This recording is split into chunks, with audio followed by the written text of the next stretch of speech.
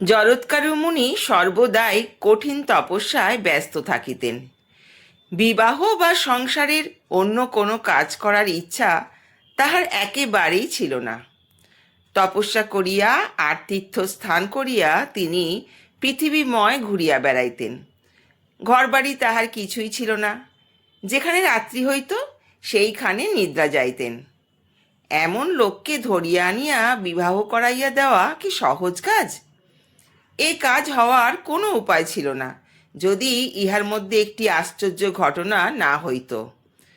ঘটনাটি এই: জরৎকারু নানা স্থানে ঘুরিতে ঘুরিতে একদিন দেখিলেন যে একটা ভয়ঙ্কর অন্ধকার গর্তের মুখে কয়েকটি নিতান্ত দিনহীন রোগা হাড্ডিসার মানুষ একগাছি খসখসের শিকড় ধরিয়া ঝুলিতেছে। উহাদের পা উপর দিকে, মাথা নিচের দিকে। একটা ইঁদুর ক্রমাগত সেই খসখসের শিকড়খানিকে কাটিয়া উহার একটি আঁশ মাত্র বাকি রাখিয়াছে। সেটুকু কাটা গেলেই বেচারারা গর্তের ভিতর পড়িয়া যাইবে। ইহাদিগকে দেখিয়া জরৎকারুর বড়ই দয়া হওয়াতে তিনি বললেন, আহা, আপনাদের অবস্থা দেখিয়া আমার বড়ই কষ্ট হইতেছে। আপনারা কে, আর কি করিয়াই বা আপনাদের এমন কষ্টের অবস্থা হইল? আমি কি আপনাদের কোনো উপকার করতে পারি? সেই লোকগুলি বলল, আমাদিগকে দেখিয়া তোমার দুঃখ হইতেছে বটে, কিন্তু আমাদের দুঃখ দূর হওয়া বড় কঠিন দেখিতেছি। আমরা যাযাবর নামক ঋষি। আমরা কেহ কোনো পাপ করি নাই। কেবল আমাদের বংশ লোভ হওয়ার গতি হওয়াতেই আমাদের এই দুর্দশা।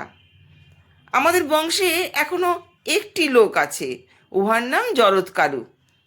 জরৎকারু বাঁচিয়া আছে বলিয়াই আমরা এখনো কোনো মতে এই খসখসের শিকড়টুকু ধরিয়া টিকিয়া আছি। উহার মৃত্যু হইলে এই শিকড় ছিঁড়িয়া যাইবে, আর আমরাও এই গর্তের ভিতর পড়িয়া যাইব।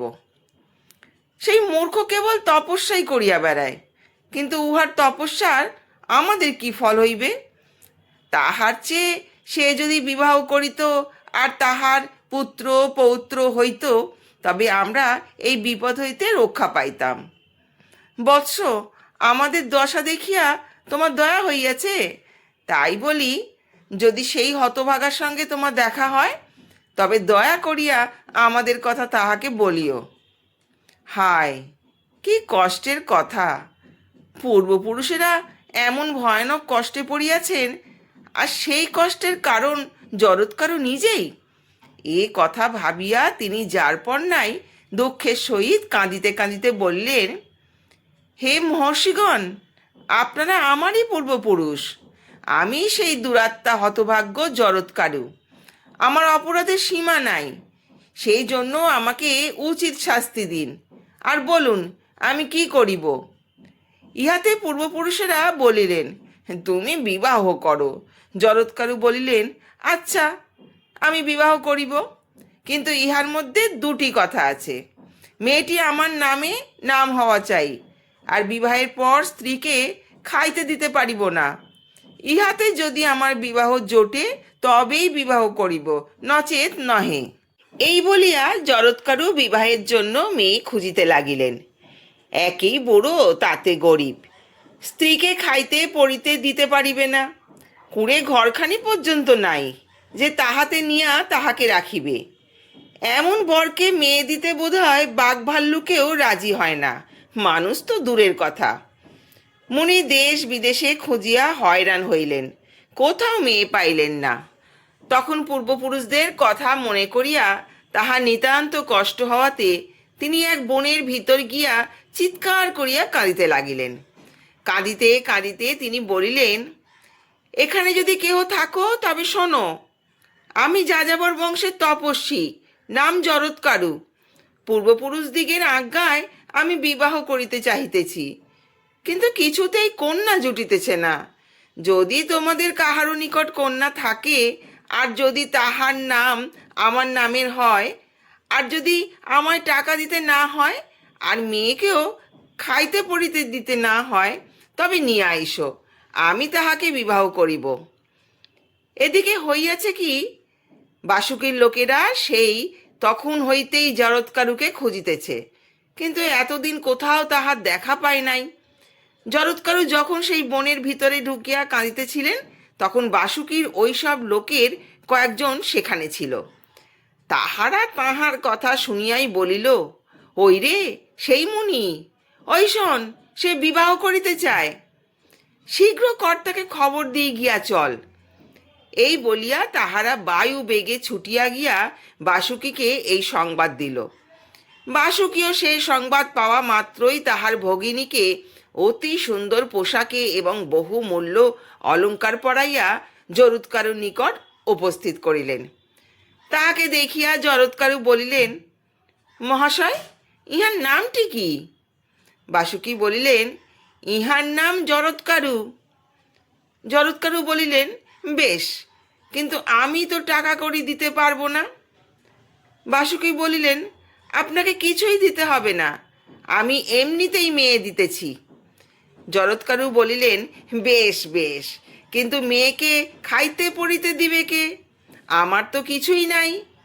বাসুকি বলিলেন, তাহার জন্য আপনার কোনো চিন্তা নাই, আমি ইহাকে চিরকাল ভরণ পোষণ করিব। জরৎকারু বলিলেন, তবে ভালো, আমি ইহাকে বিবাহ করিব, কিন্তু যদি ইনি কখনো আমাকে অসন্তুষ্ট করেন, তবে আমি তখনই চলিয়া যাইব। এইরূপ কথাবার্তার পর জরৎকারুর সহিত বাসুকির ভগিনীর বিবাহ হইল।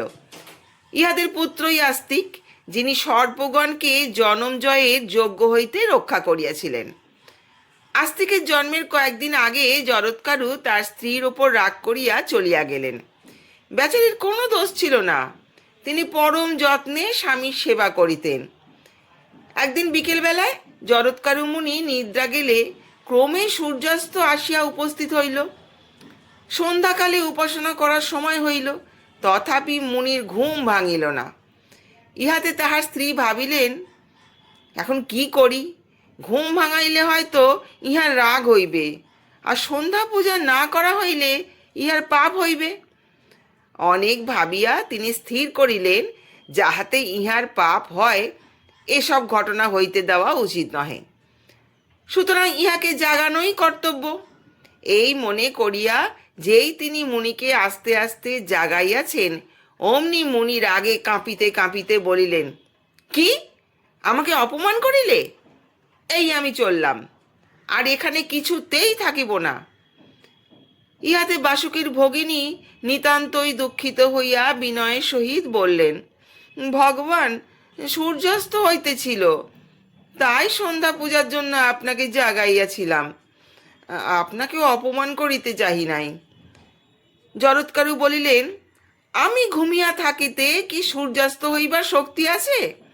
কাজেই আমাকে জাগাইয়া আমার অপমান করিয়াছ, আমি আর এখানে থাকিব না। এই বলিয়া মুনি সেখান হইতে চলিয়া গেলেন। তাহার স্ত্রী চোখের জলের দিকে একবারও ফিরিয়া চাহিলেন না। ইহার কিছুদিন পরেই আস্তিকের জন্ম হইল। ছেলেটি দেখিতে দেবতার ন্যায় সুন্দর, আর তাহার এমন অসাধারণ বুদ্ধি যে শিশুকালেই বেদ পুরাণ সমস্ত পড়িয়া মুখস্থ করিয়া ফেলিল। তাহাকে পাইয়া নাগগণের আনন্দের আর সীমা রইল না। উহারা কত যত্নের সহিত যে তাহাকে পালন করিতে লাগিল, তাহা বলিয়া শেষ করা যায় না। এই সময়ই জনমেজয়ের যজ্ঞ আরম্ভ হয়। যজ্ঞের সকল আয়োজন প্রস্তুত, সকলে তাহা আরম্ভ করিতে যাইতেছে। এমন সময় সেখানে একটি লোক আসিল। তাহার চোখ দুইটা ভারী লাল। লোকটি স্থপতিবিদ্যায় বড়ই পণ্ডিত। সে খানিক এদিক ওদিক দেখিয়া তারপর বলিল, যে সময় আর যে স্থানে তোমরা যজ্ঞ আরম্ভ করিয়াছ, তাহাতে আমার বোধ হয় তোমরা ইহা শেষ করিয়া উঠিতে পারিবে না। এক ব্রাহ্মণ আসিয়া ইহাতে বাধা দিবে। ইহা শুনিয়া জনমেজয় তখনই দারোয়ানদিগকে আজ্ঞা দিলেন যে আমাকে না জানাইয়া কাহাকেও ঢুকিতে দিবে না। তারপর যজ্ঞ আরম্ভ হইল। পুরোহিতরা কালো রঙের ধুতি চাদর পরিয়া মন্ত্র পড়িতে পড়িতে আগুনে ঘি ঢালিতে লাগিলেন। ধোঁয়ায় তাহাদের চোখ লাল হইয়া উঠিল। সর্পগণের নাম লইয়া অগ্নিতে আহুতি পড়িবা মাত্র তাহারা বুঝিল যে আর প্রাণের আশা নাই। অল্পক্ষণ পরেই দেখা গেল যে নানা রকম সাপ আসিয়া আগুনে পড়িতে আরম্ভ করিয়াছে। বেচারারা ভয়ে অস্থির হইয়া ঘন ঘন নিঃশ্বাস ফেলিতে ফেলিতে বাঁচিবার জন্য কত চেষ্টাই করিতেছে। লেজ দিয়া আর মাথা দিয়া একজন আরেকজনকে প্রাণপণে জড়াইয়া ধরিতেছে, আর ক্রমাগত আপনার লোকদিগের নাম লইয়া চিৎকার পূর্বক কত যে কাঁদিতেছে তাহার তো কথাই নাই। কিন্তু কিছুতেই তাহারা রক্ষা পাইতেছে না। সাদা, হলদে, নীল, কালো, ছোট বড় মাঝারি সকল রকমের সাপ হাজারে হাজারে আগুনে পুড়িয়া মরিল। সে সময় সাপের চিৎকারে আর কোনো শব্দই শুনিবার উপায় রইল না। পোড়া সাপের গন্ধে সে স্থানে টিকিয়া থাকা ভার হইয়া উঠিল। হায়, মায়ের সাপ কি দারুণ সাপ! কিন্তু যাহার জন্য এত আয়োজন সেই তক্ষক এতক্ষণ কি করিতেছিল? যজ্ঞের কথা শুনিবা মাত্র আর সকলের আগে উহারই প্রাণ উড়িয়া গিয়াছিল। সে তখনই নিতান্ত ব্যস্তভাবে ইন্দ্রের নিকট উপস্থিত হইয়া হাঁপাইতে হাঁপাইতে জোর হাতে বলিল, দোহাই দেবরাজ, আমাকে রক্ষা করুন, জনমেজয় আমাকে পোড়াইয়া মারিবার আয়োজন করিতেছে। ইন্দ্র বলিলেন, তোমার কোনো ভয় নাই, তুমি আমার এইখানেই থাকো। ইহাতে তক্ষক কতটা নিশ্চিন্ত হইয়া ইন্দ্রের পুরীতেই বাস করিতে লাগিল। এদিকে ক্রমাগতই সাপ আসিয়া যজ্ঞের আগুনে পড়িতেছে। এই রূপে কয়েক ঘন্টার ভিতরেই অধিকাংশ সাপ মরিয়া গেল, অল্পই বাকি রহিল।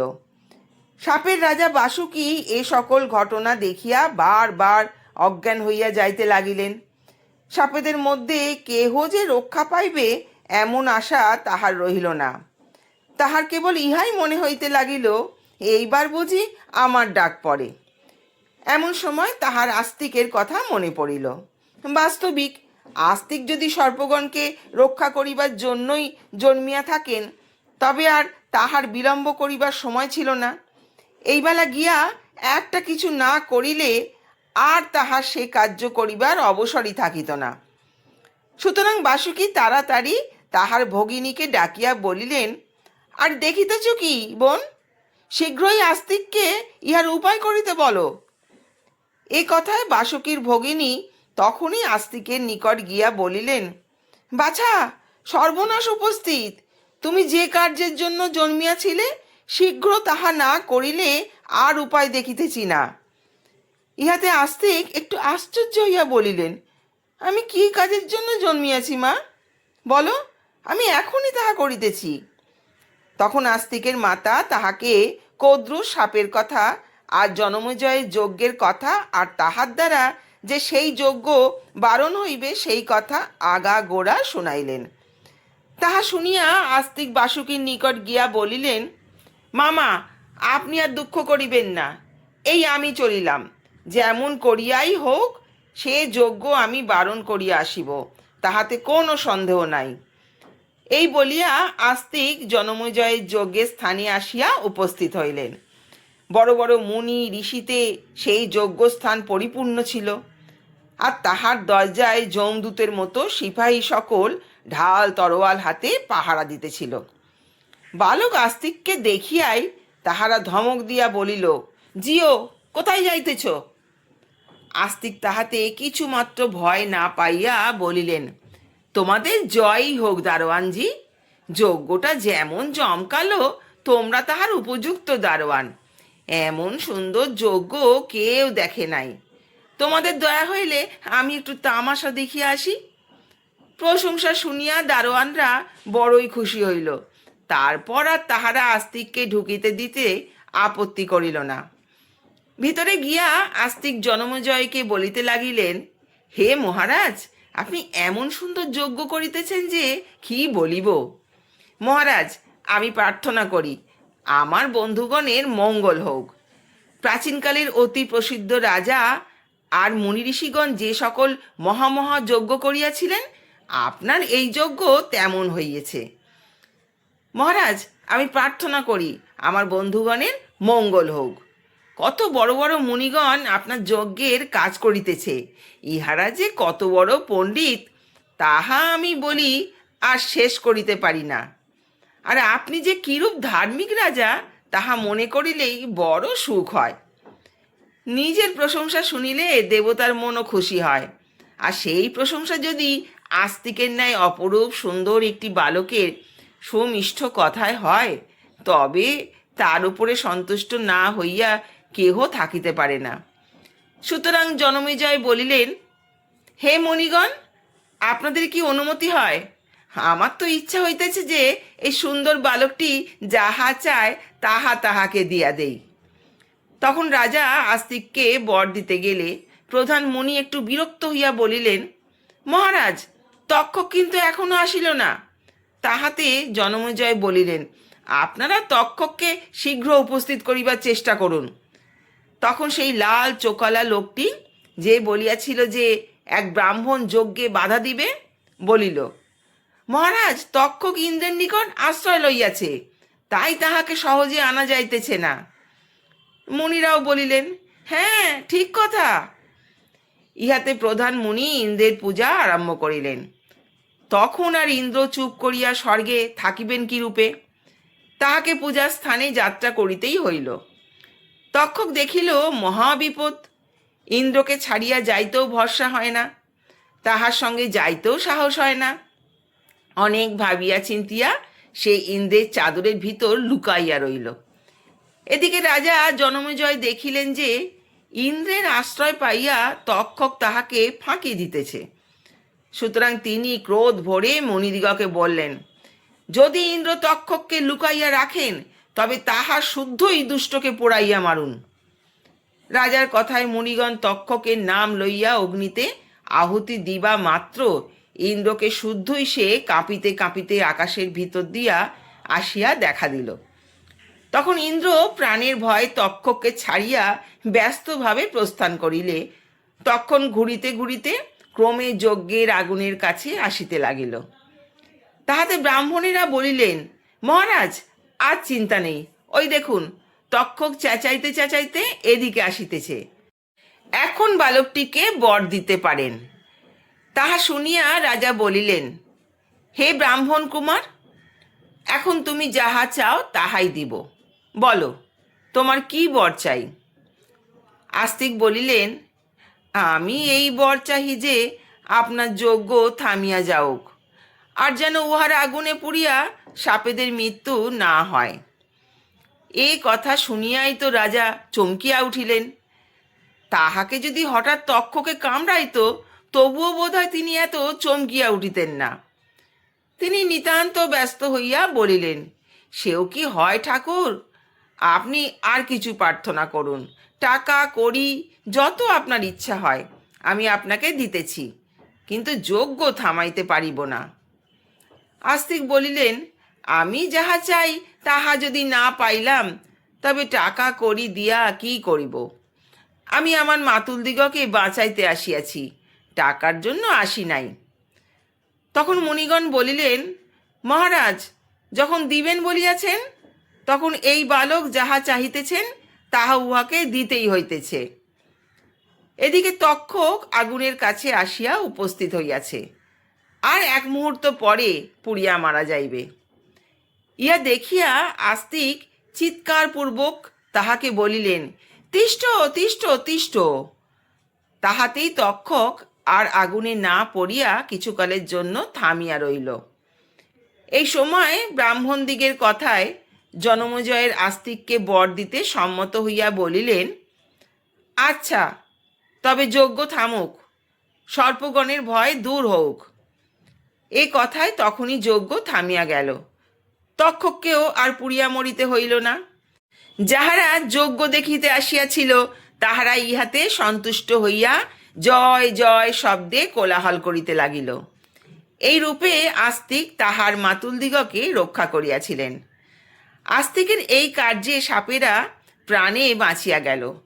সুতরাং তাহারা যে সন্তুষ্ট হইল এই কথা বলাই বাহুল্য। তাহারা বারবার বলিতে লাগিল, বাছা, তুমি আমাদের প্রাণ রক্ষা করিয়াছ, বলো আমরা কি করিয়া তোমাকে সন্তুষ্ট করিব?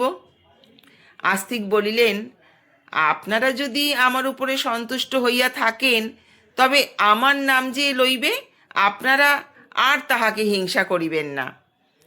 সাপেরা বলিল, এখন হইতে যে তোমার নাম লইবে আমরা তাহার কোনো অনিষ্ট করিব না।